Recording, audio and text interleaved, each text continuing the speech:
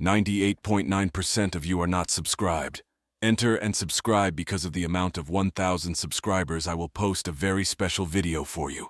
The galaxy was a tapestry of diverse civilizations, each with its unique cultures, histories, and ambitions. Amidst this vast expanse, the United Earth Federation, UEF, had emerged as a significant power, balancing diplomacy and technological prowess to secure its place among the stars. Earth had long championed peace and cooperation, but beneath the surface, tensions simmered as old grudges and new rivalries brewed. On the peaceful planet of Aurora, a UEF colony known for its lush landscapes and advanced research facilities, life flourished. Families thrived in this haven, away from the political machinations of the galactic core. Among them was the Carson family. Dr. Sarah Carson, a renowned xenobiologist, her husband Michael, a former UEF officer turned teacher, and their spirited 7-year-old daughter, Emma. Emma, with her boundless curiosity and infectious laughter, was the heart of the Carson family. She spent her days exploring the vibrant forests of Aurora, often accompanied by her loyal dog, Max. For the Carsons, Aurora was a paradise, a place where dreams blossomed and worries seemed distant. However, the peace of Aurora was shattered one fateful afternoon. A squadron of Dvac ships, a warlike alien race with a history of aggression towards Earth, descended upon the colony. Their leader, Commander Draxon, had long harbored resentment against the UEF for thwarting their expansionist ambitions. The Dvac had a reputation for their brutality and ruthlessness.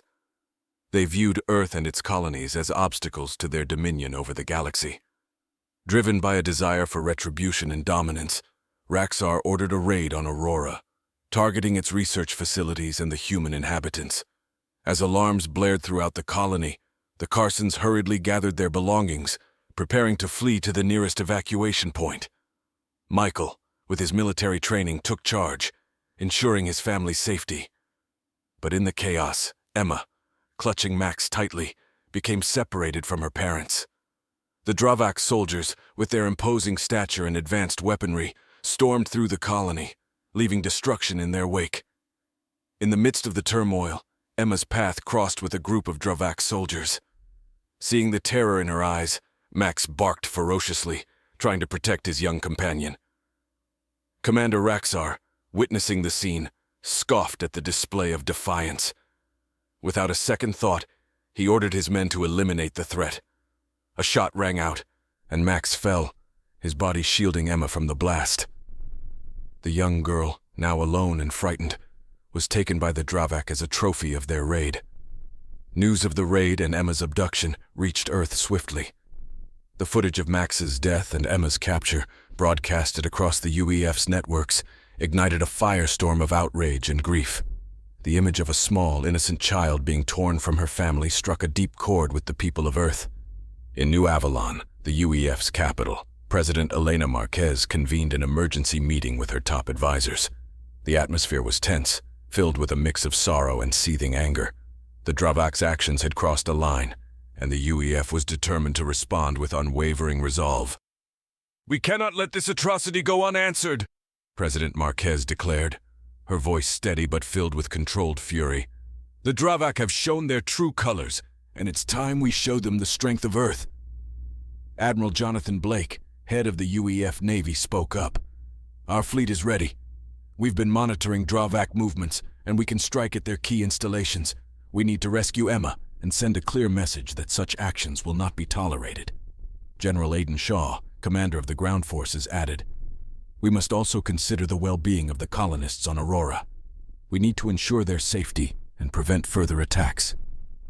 Dr. Isabella Grant, the chief scientist behind many of Earth's technological advancements, nodded in agreement. "Our ships are equipped with the latest in cloaking technology, energy weapons, and cyber warfare tools. We have the element of surprise." President Marquez turned to Captain Marcus Steele, a decorated officer known for his strategic brilliance. "Captain Steele, you will lead this mission. Your objective is to rescue Emma, secure the safety of Aurora's inhabitants, and cripple the Dvac's ability to launch further attacks."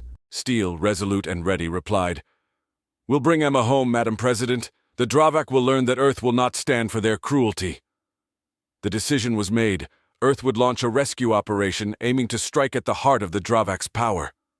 The flagship, USS Vanguard, led by Steele, was at the forefront of this critical mission. As the fleet prepared to launch, President Marquez addressed the people of Earth. Her image was broadcast across the planet and beyond, her words resonating with the collective outrage and resolve of humanity. Today, we stand united against injustice. The Dvac have shown their true nature, and we will not be cowed. We will defend our children, our homes, and our future. The time has come to show the galaxy the strength of Earth. The fleet hidden in deep space received the final go-ahead. Captain Steele aboard the USS Vanguard addressed his crew. This mission is about more than revenge. It's about justice and protecting our own.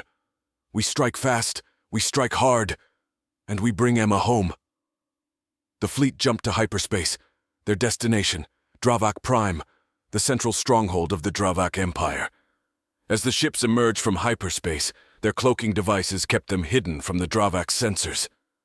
"Deploy drones and begin jamming their communications," Steele ordered. "We want to hit them before they even know we're here." Lieutenant Sarah Vega, leading the squadron of stealth fighters, disabled the outpost's defensive turrets with pinpoint precision. Sergeant Alex Kane's demolition teams followed, planting charges on key infrastructure. Corporal Jenna Miles's reconnaissance drones fed real-time data back to the command ship, ensuring every move was calculated and effective. Inside the command center of Dvac Prime, chaos erupted as systems went offline and explosions rocked the facility. Dvac forces scrambled to mount a defense, but they were overwhelmed by the UEF's superior tactics and technology. In the midst of the chaos, Steele led a ground assault on the central command hub. His team moved with lethal efficiency, neutralizing resistance and securing critical data on the Dvac's operations. "Package secured," Steele reported as he uploaded the data to the Vanguard's mainframe. "Initiate extraction protocols." The fleet, having achieved its objectives, began to withdraw. The destruction of the Dvac's central command was a significant blow to their empire, demonstrating Earth's newfound military prowess and willingness to fight back. Back on Earth, the news of the successful operation was met with a mixture of relief and exhilaration. President Marquez addressed the nation once more, her voice filled with pride and determination. "We have struck a blow for justice. The Dvac now know that Earth will not be intimidated. This is just the beginning. We will continue to defend our home, our freedom, and our future." The victory had far-reaching implications. Other species, inspired by Earth's defiance, began to question the Dvac's authority. Resistance movements gained momentum, and the balance of power in the galaxy started to shift. Captain Steele and his team, hailed as heroes, continued to lead the charge. Their actions had sparked a revolution, showing that even in the face of overwhelming odds, courage and unity could prevail. As the UEF prepared for the next phase of their campaign, the galaxy watched with bated breath. The fight for freedom and justice had begun, and Earth was at the forefront of a new era of resistance.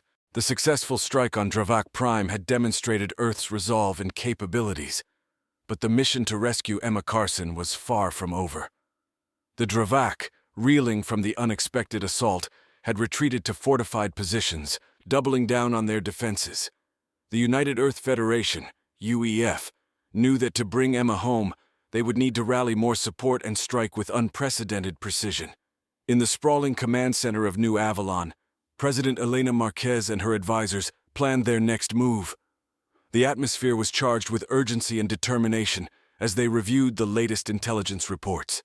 Admiral Jonathan Blake spoke first, his voice calm but firm. "Our strike on Dvac Prime has forced them to regroup, but they've tightened security around their key facilities. We need to be smarter, not just stronger." General Aidan Shaw, ever the strategist, added, "We need allies. There are other species who have suffered under the Dvac's tyranny. If we can unite them, we'll have the numbers and resources to break through their defenses." Dr. Isabella Grant presented her latest technological advancements. "We've developed new energy shield disruptors and enhanced hacking tools. These will help us penetrate their fortifications and disable their defense systems." President Marquez turned to Captain Marcus Steele. Captain, your mission is to forge alliances and gather intelligence. We need to know where they're holding Emma and how we can get her back. You'll be our envoy, our strategist, and our warrior. Steele nodded, his resolve unwavering. We'll bring Emma home, Madam President. I'll assemble my team and prepare for departure. As the UEF prepared for this next phase, Captain Steele gathered his trusted team. Lieutenant Sarah Vega, Sergeant Alex Kane, Corporal Jenna Miles, and Dr. Lena Everett were eager to embark on the mission, each ready to play their part. Our primary objective is to secure alliances and gather intelligence, Steele explained. We'll start with the Zorians. They have a powerful fleet and a shared history of conflict with the Dvac. If we can gain their support, we'll have a formidable ally. The USS Vanguard, with its advanced stealth capabilities, set course for Zaloria, a planet known for its formidable warriors and strategic location. The journey was tense but filled with anticipation. Upon arrival, the Vanguard remained cloaked as Steele and his team took a shuttle to the planet's surface. They were met by Commander Talek, a fierce and respected leader among the Zalorians. Captain Steele, welcome to Zaloria, Talek greeted them. We've heard of your recent victory against the Dvac. It's a pleasure to finally meet allies who share our resolve. Steele and his team were escorted to the Zalorian council chambers, where Talek introduced them to the other leaders. The chamber was filled with a mix of curiosity and skepticism. Commander Talek speaks highly of you, said Councillor Vetra, an elder with sharp eyes and a commanding presence. But why should we risk our people and resources for a human child? Steele stood tall, his voice steady. This isn't just about one child. The Dravac's tyranny affects us all. By uniting, we can bring an end to their reign and ensure a future of peace and cooperation. Emma's rescue is a symbol of our collective strength and determination. The council deliberated, weighing their options. Finally, Councillor Vetra spoke. We will join you, but we need a show of good faith. Our intelligence indicates a Dvac outpost on Zelaris, a moon rich in resources that they've enslaved our people to mine. Help us liberate it, and we will commit our forces to your cause. Steele agreed without hesitation. We'll liberate Zelaris together. The joint mission to Zelaris began swiftly. The Zalorian fleet, combined with the Vanguard, approached the moon with a coordinated plan. Vega's squadron would disable the outer defenses, Kane's teams would plant charges on key infrastructure, and Miles's drones would provide real-time data on enemy movements. As they approached Zelaris, Steele addressed his team. Remember, our goal is liberation. We're here to free the enslaved and cripple the Dravac's operations. Move with precision and strike hard. The assault was executed flawlessly. Vega's fighters cleared the skies, while Kane's demolition teams infiltrated the mining facilities, planting charges that would disrupt the Dravac's operations. On the ground, Steele and Talek led a combined force of UEF soldiers and Zalorian warriors, liberating the mining camps and securing the area. Inside the main control center, Steele accessed the Dravac's databases, extracting vital information about their operations and defenses. We've got the intel, Steele reported, preparing for extraction. The charges detonated, causing controlled explosions that rendered the mining facilities useless to the Dvac. The liberated Zalorians, now free, cheered for their newfound allies. Back on Zaloria, Councillor Vetra addressed the UEF and Zalorian forces. Today we have struck a blow for freedom. The Dravac's hold on our people is weakening, thanks to our unity and resolve. We will join you, Captain Steele, in your quest to rescue Emma and end the Dravac's tyranny. With the Zalorians now committed to the Alliance, Steele and his team returned to the Vanguard. The information extracted from Zelaris indicated that Emma was being held on Draxon, a heavily fortified Dvac stronghold known for its brutal regime. President Marquez received the news with a mix of relief and urgency. We've secured a powerful ally and valuable intelligence. Our next step is clear. We must plan a rescue operation for Draxon. The UEF and Zalorian forces began preparations for the assault on Draxon. The mission would require precise coordination, advanced technology, and unwavering courage. As the fleet prepared for departure, Steele briefed his team on the plan. We'll use the new shield disruptors to penetrate their defenses. Dr. Everett's hacking tools will disable their security systems. Vega, Kane, and Miles, you'll each have critical roles in ensuring our success. The journey to Draxor was filled with a sense of purpose and determination. Upon arrival, the fleet remained cloaked as they assessed the formidable defenses. Steele's voice was steady as he issued orders. Deploy drones and begin jamming their communications. Vega, take point with the stealth fighters. Kane, prepare your demolition teams. Miles, deploy your reconnaissance drones. Dr. Everett, initiate the cyber attack. The operation commenced with precision. Vega's fighters targeted the outer defenses, clearing a path for the ground forces. Kane's teams infiltrated the stronghold, planting charges on key infrastructure. Miles's drones mapped enemy positions, providing real-time data to the command ship. Inside the stronghold, Steele and his team encountered heavy resistance.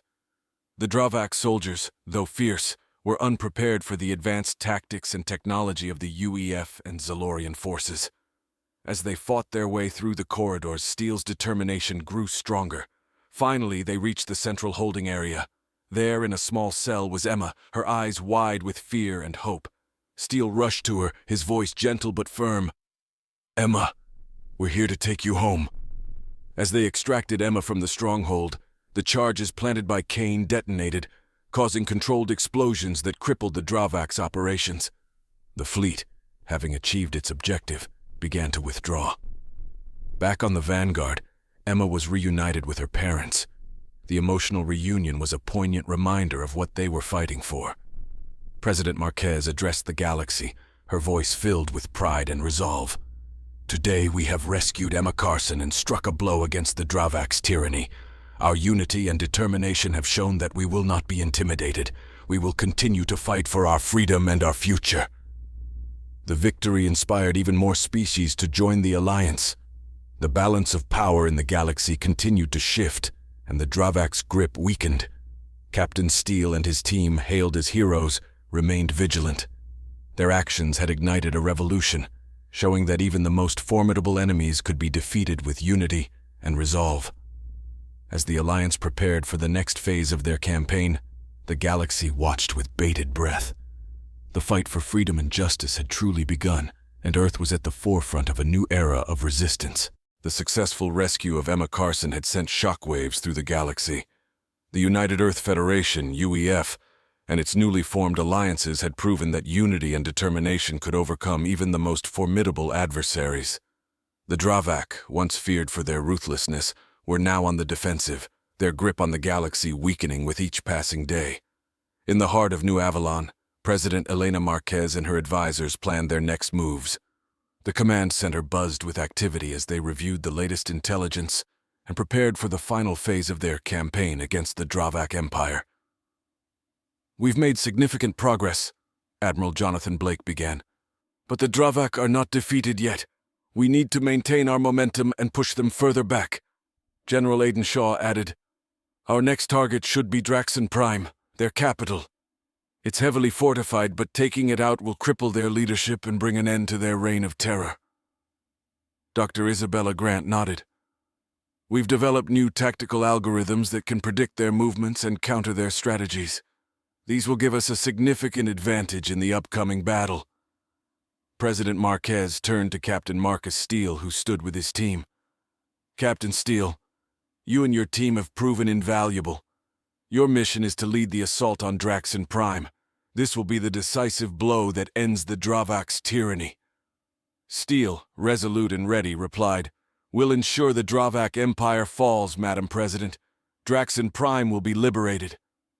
As the UEF and their allies prepared for the assault, Steele briefed his team. Lieutenant Sarah Vega, Sergeant Alex Kane, Corporal Jenna Miles, and Dr. Lena Everett were ready to take on the mission, each eager to play their part. Our primary objective is to dismantle their command structure and secure Draxon Prime, Steele explained. We'll use our advanced tactics and technology to penetrate their defenses and strike at their core. The combined fleet, now bolstered by ships from various allied species, set course for Draxon Prime. The journey was tense, but filled with determination. Upon arrival, the fleet remained cloaked as they assessed the formidable defenses surrounding the Dvac capital. Deploy drones and begin jamming their communications, Steele ordered.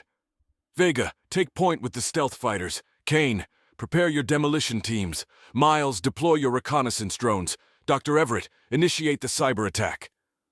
The operation began with precision. Vega's fighters targeted the outer defenses, clearing a path for the ground forces. Kane's teams infiltrated the capital's infrastructure, planting charges on critical systems. Miles's drones provided real-time data, ensuring every move was calculated and effective. Inside the command center, Steele and his team encountered fierce resistance. The Dvac soldiers, desperate to defend their home, fought with everything they had. But Steele's team, with their advanced equipment and seamless coordination, pressed forward with relentless determination. As they fought their way through the corridors, Steele's resolve never wavered. They reached the central command hub, where Commander Raxar awaited them. Raxar, the architect of many of the Dvac's brutal campaigns, stood defiant. "You think you can defeat us?" Raxar sneered. "The Dvac will never bow to humans." Steele stepped forward, his voice steady. "Your reign of terror ends here, Raxar. The galaxy will no longer suffer under your tyranny." A fierce battle ensued. Raxar's guards, though formidable, were no match for Steele's team. Vega's sharpshooting, Kane's explosives, and Miles's tactical support combined to create a devastating force. Dr. Everett's cyber warfare tools further disrupted the Dvac systems, turning the tide in the UEF's favor. With a final decisive strike, Steele incapacitated Raxar, securing the command hub. "Command hub secured," Steele reported. "The Dvac's leadership is neutralized." The fall of Draxon Prime sent shockwaves through the Dvac ranks. Their coordination shattered, and their leadership in disarray, the Dvac forces began to retreat. The Allied fleet, seizing the opportunity, pressed their advantage and secured the capital. Back on Earth, the news of the victory was met with jubilant celebrations. President Marquez addressed the galaxy, her voice filled with pride and hope.